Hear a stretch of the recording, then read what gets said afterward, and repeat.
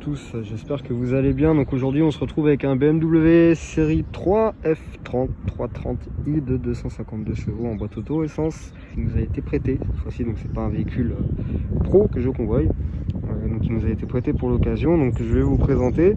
On va commencer par l'extérieur, puis on terminera par l'intérieur, enfin par l'essai conduite. On va changer un peu le sens. Donc voilà, dans l'idée. Pour la partie donc extérieure, donc on est sur un beau gris. Personnellement j'aime bien. J'ai remarqué que beaucoup des voitures que je vous filme sur la chaîne sont grises. En passant, voilà, c'est pas fait exprès. Hein. Donc avec la double sortie de peau à l'arrière, qui fait un beau bruit d'ailleurs. Tac, donc sur les jantes, sur la config, on est sur un truc assez simple, vous le verrez à l'intérieur. Sur les jantes, donc on est sur les jantes BMW, donc on va dire ce qui se fait de plus standard entre guillemets, monté en 18 pouces. Tac. Donc on a les répétiteurs sur le rétro qui sont ici, les daylights, donc les feux BMW, hop là, qui sont comme ça, les feux anti-brouillard, la calandre, donc toujours aussi agressive et dynamique de BM, ça bouge pas. Hop. Et du coup donc de l'autre côté, bah, vous vous doutez bien, c'est la symétrie. Donc on a Connect Drive sur la voiture. Hop. Cette petite caméra là BMW qui vous permet en fait d'interagir avec la voiture voit ce qui se passe, vous savez ce qu'elle voit, etc., etc. On va commencer donc par l'arrière. Pour l'arrière, donc on est sur du cuir essentiellement, encore une fois c'est du basique, hein. Il n'y a pas une config incroyable, c'est vraiment au niveau de l'essai routier là pour le coup que ça devient intéressant. Donc voilà, l'assise est sympa, j'ai testé tout à l'heure, je l'ai nettoyé juste avant donc je ne vais pas me rasseoir, mais voilà, l'assise est vraiment sympa pour le coup.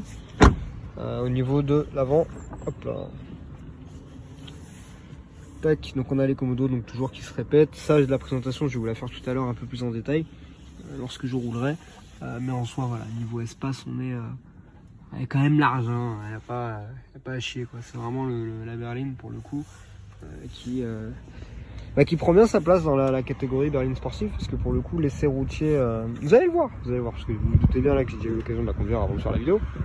Mais pour le coup, l'essai routier est vraiment sympa. Au niveau de la réactivité, etc., c'est vraiment une belle caisse, c'est vraiment un truc agréable à conduire. Donc voilà, donc je vous montrerai plus en détail tout à l'heure. Et puis voilà. Donc l'intérieur reste assez basique comme vous l'avez vu dans la présentation juste avant. Alors il y a les collègues. Où sont les collègues? Les collègues sont là-bas, tout va bien. Pas de crainte à avoir. Donc l'intérieur reste assez basique. Tac tac tac. Donc on a pas mal de cuir quand même présent. Avec un tableau de bord, il n'y a pas des masses d'options quand même sur ce véhicule-là. Ce véhicule-là et pas le modèle en lui-même. Le modèle en lui-même, tu peux partir en guerre assez facilement. Donc ici on retrouve le tableau de bord donc avec les quelques informations. Toujours le réglage des feux avec feu anti-brouillard avant, arrière et la luminosité, si je dis pas de conneries, du tableau de bord, ouais c'est ça. Le suivi de ligne dont j'ai horreur. Tac tac tac. Les commodos de vide, de rétro et j'en passe, et des meilleurs. La boîte de vitesse qui est ici même, en boîte auto, le mode Atchoum. Donc ça c'est le joystick entre guillemets qui permet de contrôler à peu près tout sur terre chez BMW.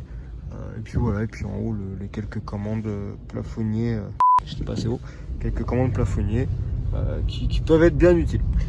Donc voilà dans l'idée. Après ça reste assez simple. Là où vraiment je marque un point d'honneur entre guillemets, auquel cas un point d'arrêt, lui je le sens il va s'engager. Là où je sens que, enfin là où il faudrait marquer un point d'arrêt, c'est au niveau vraiment des performances de la BM. Vous avez dessus une reprise, une patate. C'est violente, très violente, très violente. Très violente. Sur le 330, alors j'ai conduit pas mal de voitures. Ça y est, raconte sa vie, on s'en bat les couilles. Oui, je peux comprendre. J'ai conduit pas mal de voitures différentes, et par contre le 330i, je l'ai jamais conduit jusqu'à présent. Alors c'est peut-être mais j'ai jamais eu l'occasion. Et pour le coup, je suis agréablement surpris parce que pour la partie options intérieures, etc. Personnellement, c'est pas ce sur quoi je m'arrête. Dans une voiture, je m'arrête réellement sur les perfs, l'adhérence, on va dire l'accessibilité à la conduite pour qui que ce soit. On n'est pas tous professionnels de la route, loin de là, ça se saurait. Ça se voit notamment à la couleur du coffre de monsieur devant qui a dû faire un coup d'assurance assez violent. Mais voilà, on n'est pas tous professionnels de la route. Et c'est agréable en fait de voir qu'il y a une voiture.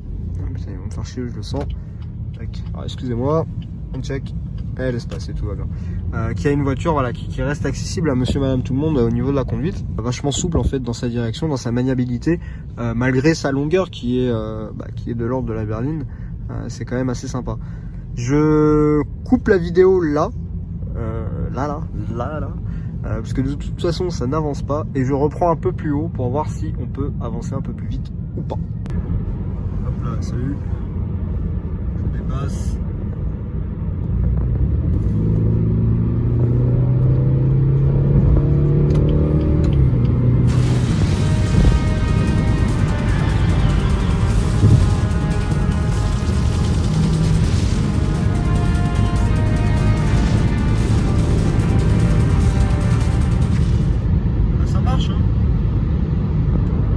Très très bien même.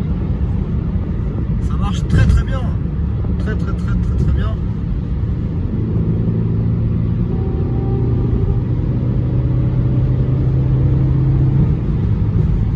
Un genre de qui roule entre deux fils là. Le papier qui voit pas grand chose. Salut toi. Oui, c'est très bien. C'est très bien. C'est très bien. Très bien. On revient à des vitesses, on va dire un peu plus classiques, un peu plus conformes au code de la route français. Hop là, j'ai toujours été à 90 et je suis à 90, ça se voit. Franchement, j'aime. Encore une fois, c'est mon humble avis. Il y a pas mal d'amateurs de BM et c'est vrai que j'avais un peu de mal à comprendre le pourquoi du comment. Après voilà, je suis pas parti non plus en drift sur un parking pour tester le côté propulsion de la chose. Et jusqu'à présent, et pour être transparent avec vous, j'ai jamais eu l'occasion de le faire, mais pour le coup, un de ces quatre. Parce que là, de ce que je vois, c'est vraiment sympa, quoi. Puis même pour faire de la route, je veux dire, à la place, t'as de à l'arrière, excusez-moi, j'ai du mal. À l'arrière, t'as de la place. À l'avant, bah voilà, t'es pas. Ils sont pas radins, quoi. T'es bien. À l'avant, t'es bien, l'assise est confort. Non, franchement, pour le coup, c'est un sans faute. C'est un sans faute. Le collègue qui me dépasse qui est à cheval sur les doigts. Pour le coup, c'est un sans faute et ça fait vraiment plaisir. Y a pas, je trouve pas un truc à dire en fait. Honnêtement, t'es pas trop bas, t'es pas trop haut, t'es bien. Franchement, pour un premier essai, une première fois sur ce type de véhicule, en tout cas ce modèle-là, je suis plutôt satisfait. Et ça, c'est une bagnole que je pourrais me prendre en perso. Pour la petite anecdote, moi côté coup perso, je suis plus sportive dans l'idéal. Boîte auto, oui et non en fait, ça dépend un peu. Pas trop fan du boîte auto parce que on perd mine de rien pas mal dès lors qu'on a une conduite, on va dire, qui est habituellement plus précise en manuel. On perd pas mal en performance et pas mal dans plein de trucs. Moi personnellement en tout cas, c'est ce que je trouve et c'est ce qui m'agace un peu. Essence ou diesel, pas trop d'a priori, je suis plus essence, c'est vrai. Après je m'en fous un peu. Je recherche pas non plus le bruit ou quoi ou qu'est-ce ou l'échappement ou quoi. Ce que je recherche vraiment, c'est être bien assis, avoir une bonne aisance au niveau de la direction et avoir les performances qui suivent derrière. Si c'est pour me trimballer un veau qui fait je sais pas combien de mètres de long et qui galère à tourner dans les virages, dans les petites rues, etc. Personnellement, ça m'intéresse pas trop. J'ai envie d'être mobile. Si j'ai une voiture, c'est avant tout pour kiffer, mais aussi et surtout pour pouvoir aller où je veux et pas être en galère dès que je dois faire un truc ou quoi ou qu'est-ce, un créneau ou voilà. La longueur n'est pas un facteur que je retiens. J'aime bien les breaks. Salut. Genre ça, j'aime bien. Enfin un peu corbillard, oui, j'aime bien. Mais après c'est vraiment au niveau de la conduite entre guillemets que ça se voit, enfin que ça se voit en tout cas pour moi. Une bagnole elle a beau faire c'est une connerie, hein, 4,50 m, 5 mètres de long, si derrière, c'est une connerie, hein, si derrière en maniabilité c'est zéro, elle a beau être super belle, super classe, super ce que tu veux, clairement ça m'intéresse, mais alors pas du tout. Demain tu me donnes une bagnole voilà, qui est une Smart, je suis une connerie, hein, une Smart mais qui a une maniabilité incroyable, et cette là, etc., pourquoi pas. Maintenant les Smart c'est un autre sujet, mais en vrai de vrai, pourquoi pas. C'est ça que je recherche en fait, c'est vraiment le côté perf, maniabilité et confort et aisance dans la conduite. J'ai pas envie de me prendre la tête à faire 4 tours de volant pour conduire, etc. J'ai envie de prendre du plaisir avec un truc assez sportif. Après ça c'est mon avis, il y en a qui diront non justement moi j'aime bien galérer à tourner, enfin bref. C'est une école, c'est un point de vue, je respecte ceux qui ont un point de vue différent, bien entendu. Mais voilà, c'est un point de vue. Alors vous allez me dire, ouais, change de fil sans mettre son clignotant. Oui.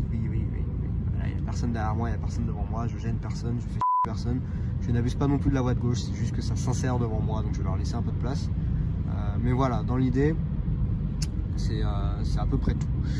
Sur ce, j'ai un peu parlé pour rien sur la fin et j'en suis désolé. J'espère que vous avez apprécié la vidéo et ce petit essai routier du BMW 330i de 2017, rappelons-le. J'espère que vous vous abonnerez de suite. N'hésitez pas à laisser un commentaire, à liker la vidéo, mettre un pouce bleu. Et sur ce, je vous dis à très vite, j'espère, avec un nouveau véhicule. Peut-être de chez eux, ou pas, on verra. Très bonne journée et bonne continuation.